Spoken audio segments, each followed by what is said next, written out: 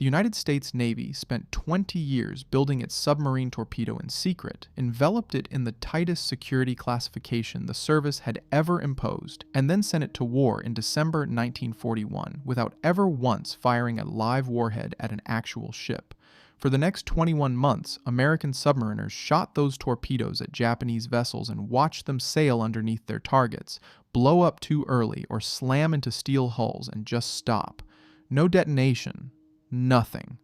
The weapon had 3 separate fatal defects, all hiding behind each other, and the men who built it kept insisting it worked fine.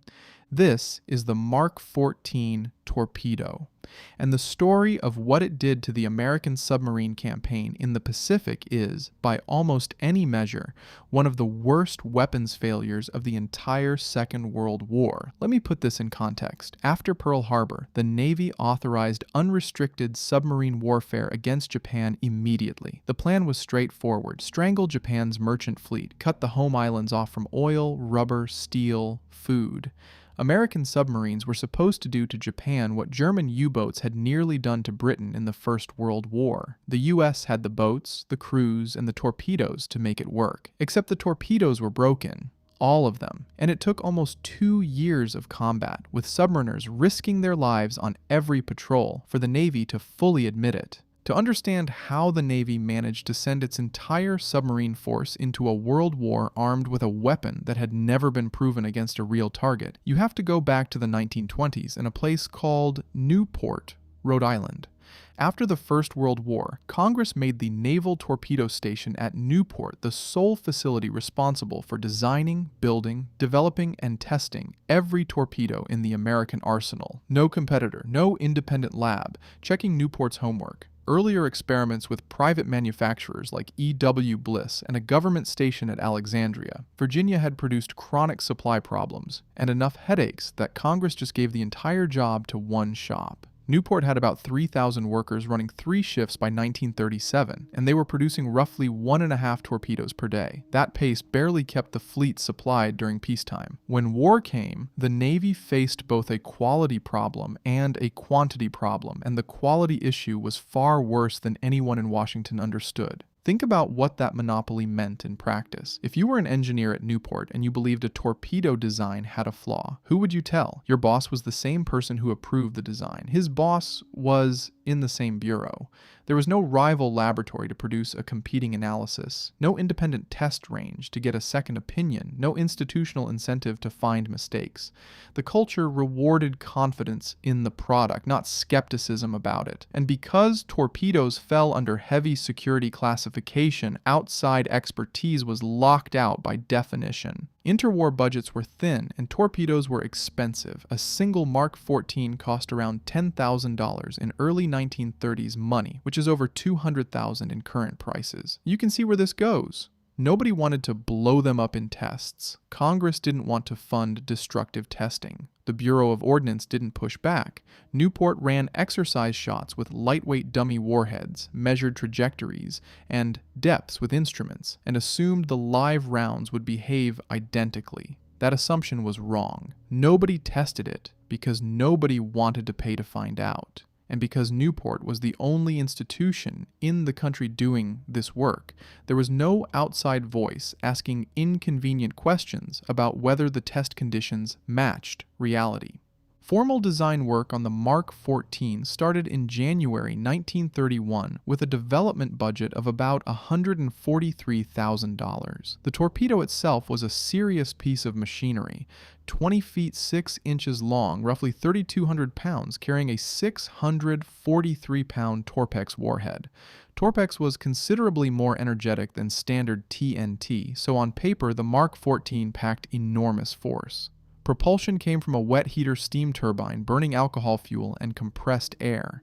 2 speed settings, 46 knots for 4,500 yards, or 31 knots for 9,000 yards. It used a gyroscopic guidance system with improved depth stabilization compared to the older Mark 10 it was replacing. The longer body made it incompatible with the shorter torpedo tubes on the older R-class and S-class submarines, but for the new fleet boats, it was the standard weapon. The design was sound. The Mark 14 stayed in U.S. Navy service into the 1970s, which tells you that once they fixed it, The basic torpedo worked exactly as intended. The problems were not in the body. They were in the brain riding inside its nose. That brain was the Mark VI exploder, developed at Newport starting in 1922 under the project designation G53. It had two firing modes. The primary was a magnetic influence system intended to sense the distortion in Earth's magnetic field caused by a ship's steel hull and detonate the warhead underneath the keel. A torpedo that goes off under the unprotected bottom of a warship can break its back, which is far more lethal than a hit against the armored side. Navies had started bolting heavy torpedo belts and armor bulges onto their warships, so a hit on the flank might not cause fatal flooding. Going under the hull bypassed all of that protection. Britain was developing a similar duplex system. Germany had its own magnetic pistols for U-boat torpedoes. The backup mode on the Mark VI was a conventional contact pistol, designed to fire on direct impact. Both modes were flawed. The magnetic exploder was unreliable at the latitudes where the war was actually fought, and the contact pistol collapsed under its own physics at high speed. Newport built the Mark VI behind what one account describes as the tightest veil of secrecy the Navy had ever created. They wrote a classified manual, locked it in a safe, and barely distributed it to the submarine force. Captains going to war were expected to use a weapon whose inner workings they couldn't study in any detail. The reasoning was that if a torpedo were captured, the enemy shouldn't learn its secrets. The practical outcome was that the people firing the weapon had no technical basis to diagnose why it kept failing. Pre-war testing used exercise heads with instruments and small gun cotton charges fired from ships like USS Raleigh and USS Indianapolis. Never live warheads at full speed into real structures. CNO Admiral William Pratt once offered the obsolete destroyer Erickson as a test hulk with stipulations: no live warhead, and the Bureau of Ordnance had to pay to refloat her if she accidentally sank. The Bureau said no. That decision eliminated one of the only realistic test opportunities the Navy ever had. Now here is where the engineering failure loops back on itself. The depth-sensing instruments Newport used to verify torpedo running depth suffered from the same physical flaw as the torpedoes. During development, the hydrostatic pressure port was moved from the cylindrical middle of the torpedo body to the tail cone. At the tail, water flow patterns reduced local pressure, which fooled the depth sensor into reading shallower than the torpedo actually ran. Newport's depth recording instruments used the same port location, so the instruments confirmed the torpedo was on target because the instruments were off by the same amount in the same direction. A closed loop of bad data validating itself. Nobody caught it because the test numbers always looked right. It took a war to expose it. Within weeks of Pearl Harbor, patrol reports started coming back that didn't make sense. Commander Tyrell Jacobs in USS Sargo fired 8 torpedoes at 2 ships on Christmas Eve 1941, then 4 more at 2 additional targets from about 1,000 yards. Nothing. 0 explosions from 12 torpedoes. Later evidence pointed to every one of them running under the targets. Commander Pete Farrell in USS Sea Dragon fired 8, got 1 hit. Lieutenant Commander Frederick Warder in USS Seawolf documented attack after attack where careful setups produced no visible damage. Warder, who they called Fearless Freddy, was one of the most aggressive early war skippers in the Pacific. His experience attacking the light cruiser Naka off Christmas Island captured the frustration. A close-range spread of Mark 14S, only 1 hit, and the cruiser limped away for repairs instead of going to the bottom. When Warder quietly switched to the older, slower Mark 10 torpedoes, his hit rate improved.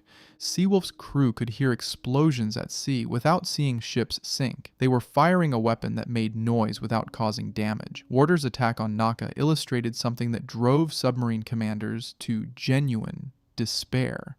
They could do everything right, thread through escorts, close range, fire a careful spread, and walk away with nothing to show for it. Other boats had the same experience. Some captains secretly reloaded Mark 10s whenever they could get them, because a 20-year-old torpedo with less range and less speed at least detonated when it hit something. The irony was thick. The Navy had spent a decade, an enormous intellectual effort building a torpedo that was supposed to be superior to everything in the arsenal. The captains who quietly reverted to its predecessor were getting more kills with obsolete technology. Nobody at Newport or the Bureau seemed to find that fact interesting enough to investigate. The Bureau of Ordnance's response to these reports was consistent and infuriating. The crews were inexperienced, the fire control solutions were wrong, the captains were miscalculating their angles. In one case, that multiple sources describe, a Bureau expert was dispatched to the Southwest Pacific to investigate torpedo complaints. During a test, this expert managed to set a torpedo gyro backwards, nearly causing the weapon to circle back at his own ship, and still filed a report blaming the Sargo's crew for maintenance problems. That pattern continued for months. Submariners risked their lives penetrating escort screens and defensive zones, got into firing position, launched their weapons, and nothing happened. Then they went home and were told they were doing it wrong. Some commanding officers were quietly relieved of command during this period, their careers ending because their torpedo hit rates were low. The Navy was punishing men for the failures of their equipment. Whether any individual reliefs were specifically caused by torpedo defects versus genuine tactical shortcomings is hard to untangle at this distance, but the atmosphere was poisonous. Skippers who complained about the weapon risked being labeled as excuse makers. Skippers who stayed silent and kept firing duds risked being labeled as incompetent. There was no winning position for the men underwater. The man who broke the cycle was Rear Admiral Charles Lockwood. Appointed Commander Submarines Southwest Pacific in June 1942, Lockwood systematically reviewed War Patrol reports and concluded that poor torpedo performance was a primary reason for the submarine force's abysmal kill rate. He didn't accept the Bureau's explanations.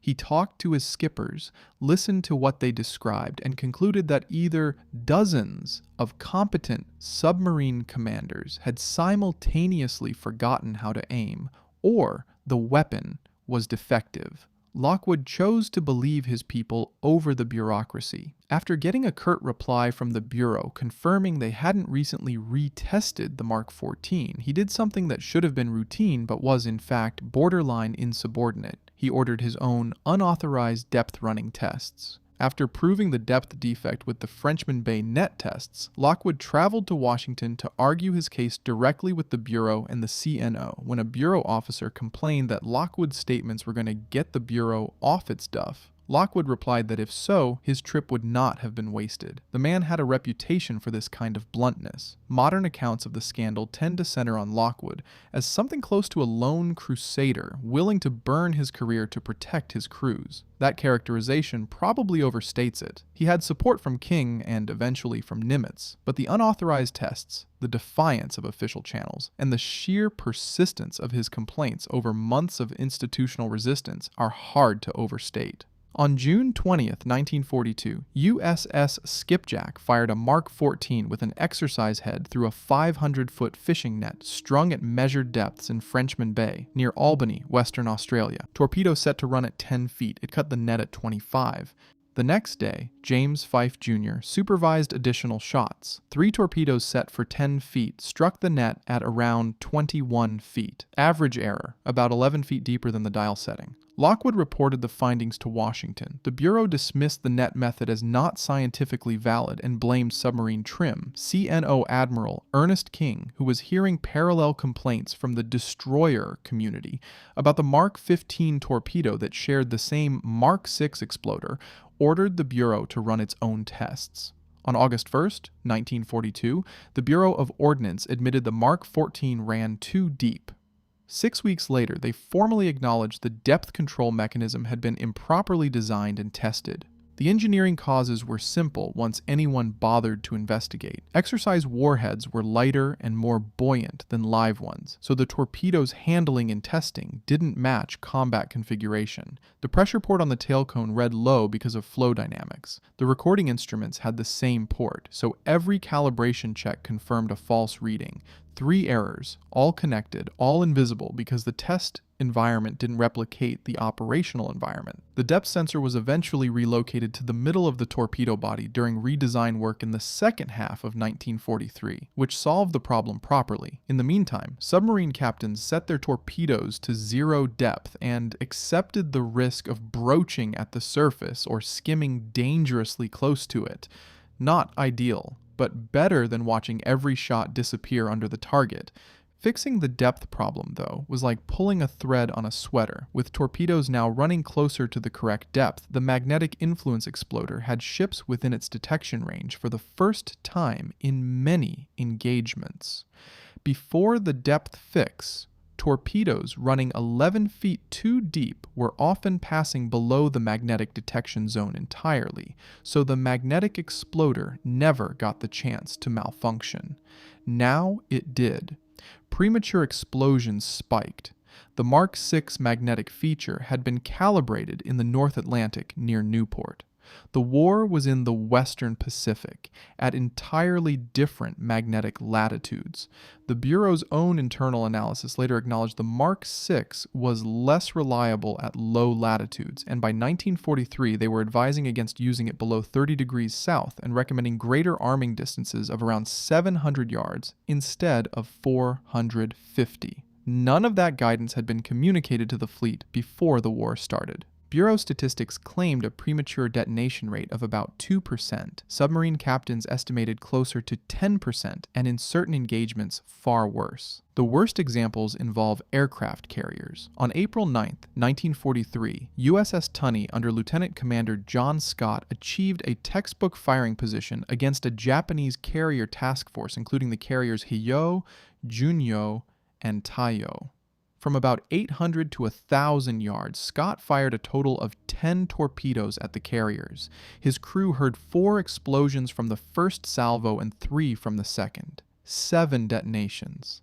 That should have been catastrophic. After the war, Japanese records revealed these were premature underkeel blasts that only slightly damaged Taiyo and left all 3 carriers operational. 10 torpedoes at short range against carriers. 7 premature detonations, 0 kills.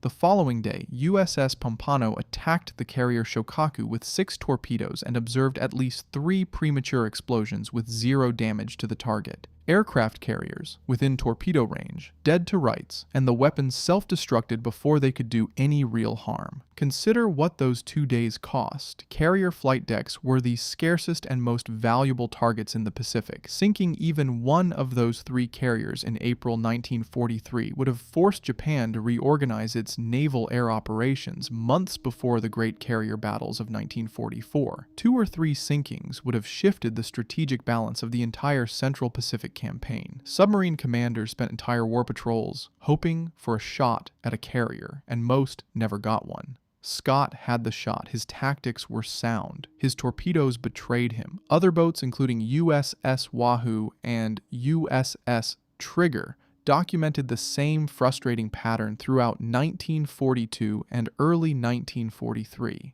Ultra-intelligence intercepts of Japanese reports sometimes confirmed that explosions had occurred but caused no significant damage. The Bureau had been warned before the war. A 1939 investigation by an outside physicist identified 4 separate premature explosion mechanisms and criticized Newport for inadequate testing. The fixes ordered were evidently not enough. On April 10, 1943, Bureau Chief Admiral William Spike Blandy wrote to Lockwood admitting the Mark XIV was prone to premature explosions at shallow depth settings and recommending the magnetic feature be disabled for contact shots. A partial, belated admission. The political fight over deactivation was ugly. Rear Admiral Thomas Withers, the early COMSOPAC, refused to shut off the magnetic feature, arguing torpedo shortages made such experiments unacceptable. Some of his captains quietly deactivated the magnetic pistol and falsified their logs. Rear Admiral Ralph Waldo Christie, commanding submarines in the Southwest Pacific, had helped develop the Mark VI and fought harder to keep it running. Christie told Lockwood in a letter that it was not defective torpedoes causing the lack of sunken Japanese ships, but rather ineffective submarine crews, and demanded that Lockwood stop sending negative reports about the weapons. Lockwood, who had already risked his career once with the unauthorized net tests, kept pushing, backed by C.N.O. King and eventually by Nimitz.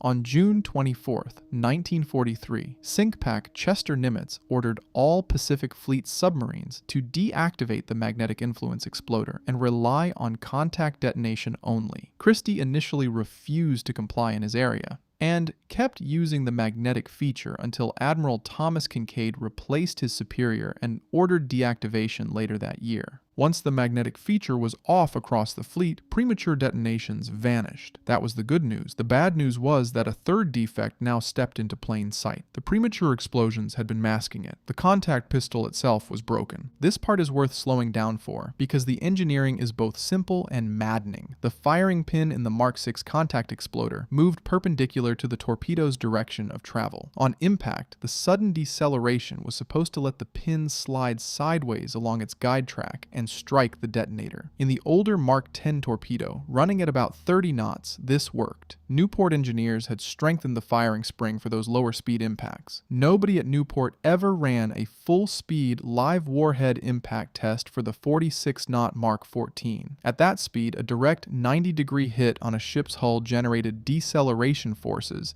that exceeded what the firing pin guide track could tolerate. The pin crumpled and jammed instead of sliding. No detonation. A glancing blow at a shallower angle produced less deceleration and was actually more likely to work correctly. The textbook perfect perpendicular shot, the one every submarine skipper trained to achieve, was the one most likely to fail. This is the kind of defect that one afternoon of live fire testing against a condemned hull would have caught in 1935. Newport never ran that test. The episode that proved it beyond denial was USS Tinosa under Lieutenant Commander Dan Daspit on July 24, 1943. Tinosa had tracked the 19,000-ton Japanese whale factory ship and tanker Tonin Maru No. 3 between Palau and Truk. This was one of Japan's largest oil carriers, exactly the kind of high-value target the submarine campaign existed to destroy. Daspit fired a first salvo of 4 torpedoes. 2 detonated. Tonin Maru No. 3 stopped, listing dead in the water. What followed was one of the most excruciating engagements any submarine crew endured in the entire Pacific War. Daspit had a crippled, motionless target at close range. Perfect conditions. He fired at least 11 more torpedoes from carefully controlled abeam positions. His crew watched torpedo after torpedo strike the hull and fail to go off. Some broached after impact and turned away from the ship. One reportedly hit the hull, then curved and leapt out of the water 100 feet astern. Inside the submarine, the sounds were muted whangs where there should have been explosions. 15 torpedoes total. 2 successful detonations, both from the first salvo. 13 failures against a stationary target. Tonin Maru No. 3 survived and was eventually towed away for repairs. Daspit was beyond furious. He made a decision that defined the entire scandal and probably should have earned him a decoration. He kept his last torpedo. He did not fire it at a Japanese destroyer that was approaching.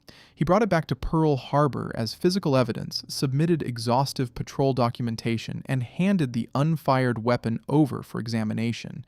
Inspectors found nothing externally wrong with it. The defect was not a bad batch or poor crew handling. It was in the basic mechanical design of every Mark XIV contact pistol in the fleet. Post-war accounts describe Daspit as almost speechless with rage on his return. Try to imagine the psychological effect on the crew. These men had done everything they were trained to do. They had found a high-value target, close to perfect range, fired under controlled conditions, and watched their weapon fail 13 out of 15 times against a ship that wasn't even moving.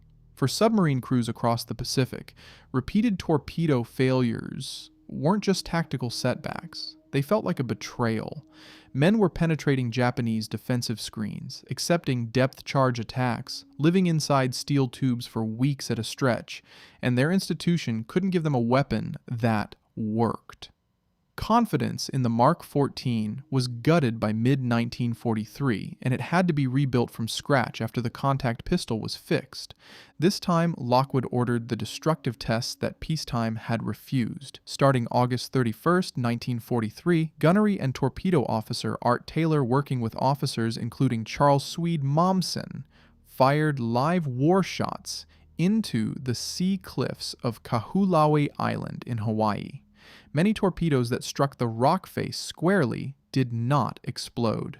To isolate the contact mechanism without the complication of live explosives, they filled warheads with sand instead of torpex, hoisted them with cranes about 90 feet in the air to simulate the impact velocity of a 46-knot torpedo, and dropped them onto steel plates set at different angles. The whole setup was improvised, officers standing in a Hawaiian quarry, sketching impact scars on steel, counting dud rates by hand, doing the work that a properly funded test program at Newport should have completed a decade earlier. The contrast between Newport's classified, instrument-measured, never-blow-anything-up approach and this group of combat officers literally dropping sand bombs off cranes tells you everything about what had gone wrong with American torpedo development. The results from those sand drop tests were decisive. Roughly 70% of exploders failed when striking at a 90-degree angle. The failure rate dropped sharply at more oblique angles. The pin jammed under perpendicular force. The design was structurally inadequate for the speed of the weapon it rode in. Lockwood issued a grim interim order: stop aiming for the textbook perpendicular hit and shoot for glancing blows instead, sacrificing some theoretical lethality for a higher probability that the torpedo would actually function. Meanwhile, Pearl Harbor's torpedo shop improvised new firing pin assemblies using aluminum salvaged from scrapped aircraft propellers, lighter metal, less mass, less friction in the guide track, less tendency to jam under deceleration. The Bureau eventually adopted an electrically fired detonator with a ball switch mechanism that bypassed the entire sliding pin problem. New contact pistols reached the fleet by September 1943. The Mark 14, after 21 months of combat carrying 3 overlapping defects that hid behind each other, finally worked as designed.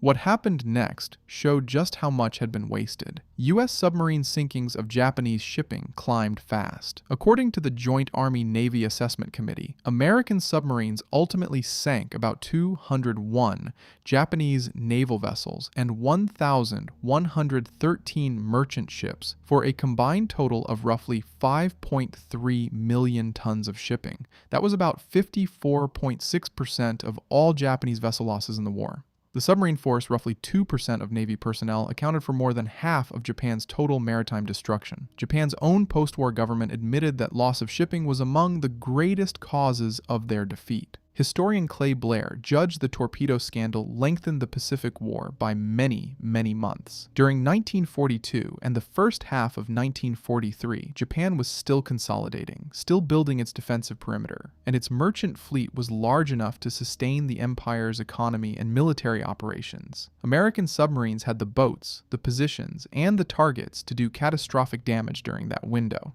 They could not because their weapon was broken in 3 different ways simultaneously. The timing matters enormously. Early in the war, Japanese anti-submarine warfare was poor, convoy escorts were thin, patrol coverage was spotty, and many merchant ships sailed without protection. An effective submarine torpedo force, in 1942, would have been operating against a merchant fleet that was still exposed and poorly defended. By the time the Mark 14 was fixed in late 1943, Japan had improved its convoy systems and anti-submarine tactics. American submarines still won the tonnage war decisively, but they did so against better defenses than they would have faced a year and a half earlier. The opportunity cost of 21 months of broken torpedoes was not just the ships that survived individual attacks. It was an entire window of Japanese vulnerability that the submarine force could not exploit. Theodore Roscoe put it about as bluntly as the Navy allows. The only reliable feature of the torpedo was its unreliability. So why is this a scandal and not just engineers learning on the job? Because every other Navy figured it out faster. German U-boat skippers complained about magnetic pistol failures in 1939 and 1940.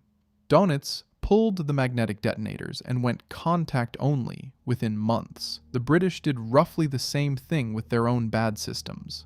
Months, not years. The American fix took nearly 2 years, and it came because submarine officers ran bootleg experiments while the institution that built the torpedoes told them to stop complaining. By some estimates, as many as 70% of submarine-launched torpedoes were duds of one kind or another before mid-1943. Up to that point, the Navy had expended about 14,748 torpedoes against 4,112 ships and sank 1,305 of them. Every fix came from the fleet. The depth error was proven by Lockwood's fishing net in Western Australia. The magnetic exploder was disabled by captains who falsified their own logs because the chain of command wouldn't listen. The contact pistol was diagnosed by sailors dropping sand-filled warheads off cranes onto steel plates. The new firing pins were machined from junkyard aircraft propeller blades by machinists at Pearl Harbor, working with scraps.